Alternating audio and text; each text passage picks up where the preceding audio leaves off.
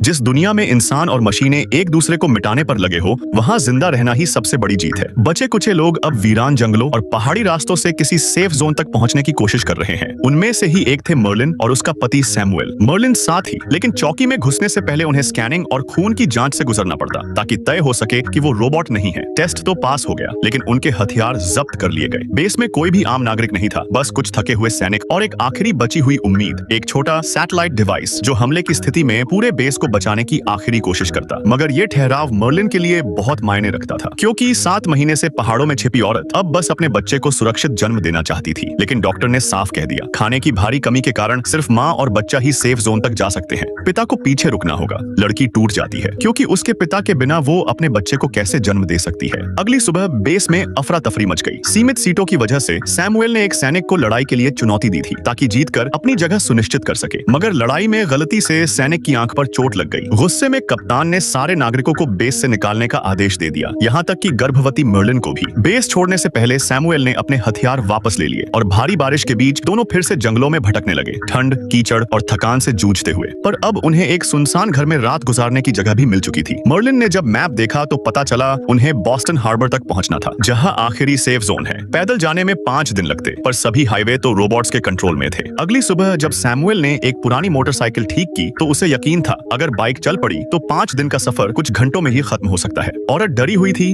लेकिन मान गई। जैसे ही बाइक स्टार्ट हुई, दोनों जंगल की शांति तोड़ते हुए निकल पड़े। कुछ किलोमीटर तक तो सब ठीक रहा, लेकिन जब लड़की नदी किनारे आराम करने बैठी, उसे एक रोबोट झाड़ियों में छिपा दिखाई दिया। और इसी बीच दूर कहीं घूम रहे ड्रोन और स्कैनिंग रोबोट भी से काफी देर उनसे पीछा छुड़ाने की कोशिश की, लेकिन सभी ड्रोन उन्हें शोर के जरिए लगातार ट्रैक कर रहे थे। आदमी बाइक लेकर उनका रास्ता भटकाने के लिए अकेला ही निकल पड़ा, ताकि मर्लिन को छिपने का मौका मिल सके और वो उसी जगह दोबारा मिल जाए। पर उन लगातार पीछा कर रहे ड्रोन और रोबोट्स से बचती बचाती लड़की अचानक एक गड्ढे में जा गिरी। तभी एक अनजान व्यक्ति ने आकर उसे बचा लिया और अपने साथ उसे एक गुप्त शेल्टर तक ले गया, जंगल के भीतर छुपी एक पुरानी लैब जैसी जगह, क्योंकि वो एक पूर्व इंजीनियर था, वही जिसने इस एआई सिस्टम को डिजाइन किया था। उसने पहले उसे कुछ खाने के लिए दिया, पर लड़की के इस तरह काफी देर सवाल करने के बाद उसने मर्लिन को एक विशेष क्लोकिंग सूट देने का फैसला किया, जो इंसान को रोबोट्स की नजर से छुपा सकता था, क्योंकि अब मर्लिन को अकेले अपने पति को बचाने निकलना था। उस सूट को पहनकर वो कई गश्त कर रहे रोबोट्स को चकमा देती हुई उनके अड्डे तक पहुंची, जहां अंदर जाने के बाद उसे अपने सामने सैमुअल जंजीरों से बंधा मिला। जैसे ही मर्लिन उसकी रस्सी खोलने बढ़ी, तभी पीछे से किसी और बंदी ने भी मदद की गुहार लगा दी। पहले तो लड़की रुकी, क्योंकि ठीक उसी वक्त उसे किसी रोबोट के चलने की आवाज सुनाई दी, पर इससे पहले कि वो पीछे हटती, सैमुअल ने जोर जोर से चिल्लाना शुरू कर दिया। पर क्या मर्लिन वक्त रहते उनको निकल पाएगी, या फिर इस बार सब कुछ खत्म हो जाएगा?